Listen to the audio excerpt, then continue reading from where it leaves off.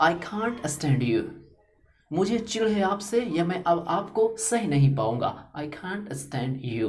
I can't stand you any more. लेकिन अगर मैं कहूँ कि आई कांट स्टैंड तो मैं खड़ा नहीं हो पा रहा हूँ, लेकिन आई। Hi, welcome to my channel. If you came here to learn English, this is the right place for you. I'm Javed, I'm a student, I'm not a teacher, and I have been learning English for the last 2 years. So if you are interested, keep watching. अगर आपको लगता है कि आप translation में अच्छे हैं तो आप ये 10 सेंटेंसेस बनाकर हमें दिखाएं, यानी कि खुद को आप टेस्ट करें कि क्या आपने जो ट्रांसलेशन सीखा है क्या वो सही फुलफिल, यानी कि जिस मेथड से आपने सीखा क्या वो मेथड यहाँ पे फिट हो रहा है या नहीं। फिर आप कंपेयर करेंगे कि इंग्लिश लैंग्वेज और हिंदी लैंग्वेज क्या दोनों एक है। So let's get started. Number 1 is मैं समझ रहा हूँ। अब यहाँ जो आप सिचुएशन देखेंगे ये प्रेजेंट कंटिन्यूअस टेंस का है, लेकिन यहाँ पे क्या यूज होगा? Is are am. क्या आपको लगता है कि यूज होगा? मैं समझ रहा हूँ। I am understanding. क्या ये सही है? नहीं, ये बिल्कुल गलत है। आई अंडरस्टैंड, मैं समझ रहा हूँ। जी, इसीलिए मैंने पिछले वीडियो में बताया कि ट्रांसलेशन आपको क्यों नहीं बनाने चाहिए। मैं समझ रहा हूँ, आई अंडरस्टैंड। यहाँ पे आपने तो पढ़ा था कि रहा है रही है तो इज आर एम का यूज करें, लेकिन यहाँ पे ऐसा क्यों फिट नहीं हो रहा? सेकेंड, आप क्या देख रहे हैं या तुम क्या देख रहे हो? अब यहाँ पे आप बनाएं। What are you seeing? No, it's wrong. ये गलत है। What do you see? आप क्या देख रहे हैं? यहाँ पे भी आपका ट्रांसलेशन फेल हो जाता है किताब वाले। What do you see? आप क्या देख रहे हैं? या तो What are you looking at? What are you looking at? ये फ्रेजेस में आप लेते हैं तो ये बिल्कुल सही है। नंबर 3, मैं एक शेर देख रहा हूं या मैं शेर देख रहा हूं। अब यहां पे आप बताएं, I am seeing a lion या आई सी अ लायन। यहां पे आई सी अ लायन होगा, ये सही है। मैं आपसे सहमत हूं, यानी कि मैं आपसे सहमत हूं कि जो आपने कहा है वो सही है। इसका ट्रांसलेशन बनाएं। I am agree with you. क्या ये सही है? नहीं, ये बिल्कुल गलत है। आई अग्री विद यू, इसके साथ एम इज आर यूज नहीं होता है। आई अग्री विद यू, मैं आपसे सहमत हूं। मुझे नींद नहीं आ रही है। अब यहां पे क्या आप बनाएंगे? आई एम नॉट, या क्या आप बनाएंगे? मुझे नींद नहीं आ रही है। यहां पे होगा I can't sleep. I can not sleep को हम कहते हैं आई कांट स्लीप। मुझे नींद नहीं आ रही है। जिस तरीके से मुझे आपकी आवाज़ नहीं आ रही है, आई कांट हियर यू। इस तरीके से आप ट्रांसलेशन को बस इमेजिन करें, क्या जो आपने सीखा था वो यहाँ पे वर्क कर रहा या नहीं। आप बहुत अच्छी लग रही हैं या आप बहुत खूबसूरत लग रही हैं, तो आप यहाँ पे क्या बताएंगे? You are looking so beautiful या क्या होगा? You are looking beautiful. ये दोनों गलत है। लुक के साथ पहले आर इज एम का कंटिन्यूअस में नहीं यूज होगा। यू लुक सो ब्यूटिफुल, आप बहुत खूबसूरत लग रही हैं या आप बहुत खूबसूरत लग रहे हैं। You look gorgeous, you look so beautiful, आप दोनों का यूज कर सकते हैं। मुझे लग रहा है आप गलत हैं। अब यहाँ पे आप क्या बताएंगे? मुझे लग रहा है कि आप गलत हैं। I am thinking you are wrong. क्या ये सही है? नहीं, ये गलत है।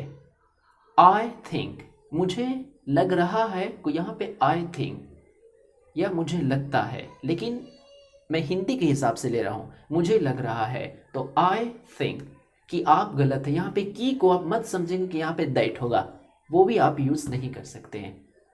आई थिंक यू आर रॉन्ग, मुझे लग रहा है कि आप गलत हैं। इस तरीके से आप फीलिंग को आप एक्सप्रेस कर सकते हैं। मुझे आशा है या मुझे उम्मीद है। यहाँ पे देखें, मुझे आशा है या मुझे उम्मीद है। अब यहाँ पे आप क्या बनाएंगे? आई होप, मुझे उम्मीद है, आई होप, या मुझे आशा है, आई होप। अब यहाँ पे बोलेंगे कि मुझे उम्मीद है, तो आई एम होप क्यों नहीं होगा? क्योंकि ये टेंस है, आपने सही से पढ़ा नहीं, सिर्फ आपने रटा रटाया पढ़ा कि इसके यानी प्रेजेंट में ता है ती है तो ये यूज़ करो, और रहा है रही है तो V4 का यूज़ करो। मैंने वो सारे के सारे आपको, यानी कि वो काम करते हैं लेकिन कितना? 50% से ज़्यादा काम आपका नहीं करेगा। वो देखने में कैसे लगती है, मतलब वो देखने में कैसी लगती है या वो देखने में कैसा लगता है। अब यहाँ पे सोचेंगे how does she look like या how does he look like. अब आप यहाँ पे कंफ्यूज हो जाएंगे, लेकिन मैं क्लियर कर दूँ, यहाँ पे हाउ का यूज़ नहीं बल्कि व्हाट का यूज़ होगा। What does she look like, वो देखने में कैसी लगती है। मेरा ये वीडियो बनाने का मकसद ये है कि अगर आप ट्रांसलेशन ही सीखना चाहते हैं तो आप लैंग्वेज का कोर्स करें, क्योंकि लैंग्वेज के कोर्स में आपको ट्रांसलेशन सही से सिखाया जाता है। लेकिन अगर आप English, if you want to speak English quickly, easily, automatically, powerfully, effortlessly, you must stop learning translation and sentences। अगर आप इंग्लिश जल्दी और फ्लुएंसी के साथ यानी कि फ्लुएंटली बोलना चाहते हैं तो आपको सेंटेंसेस और ट्रांसलेशन सीखना बंद कर देना चाहिए।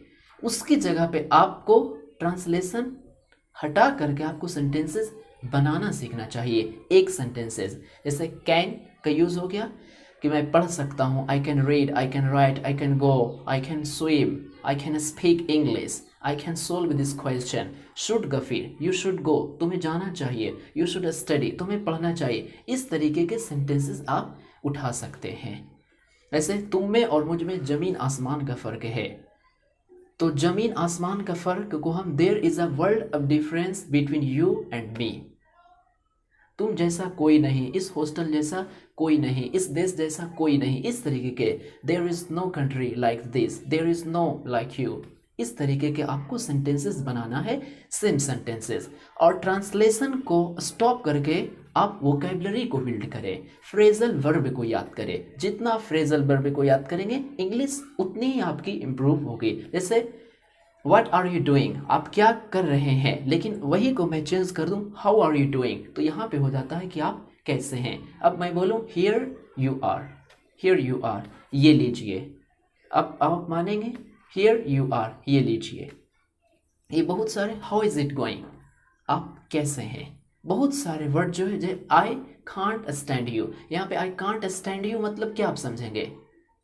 मतलब कि मुझे आपको, मतलब आई कांट स्टैंड यू, मुझे चिढ़ है आपसे या मैं अब आपको सह नहीं पाऊंगा। I can't stand you, I can't stand you any more. लेकिन अगर मैं कहूँ कि आई कांट स्टैंड, तो मैं खड़ा नहीं हो पा रहा हूँ, लेकिन आई कांट स्टैंड यू लगा दिया तो यहाँ पे देखिए कितनी बड़ी चेंजेस हो जाते हैं।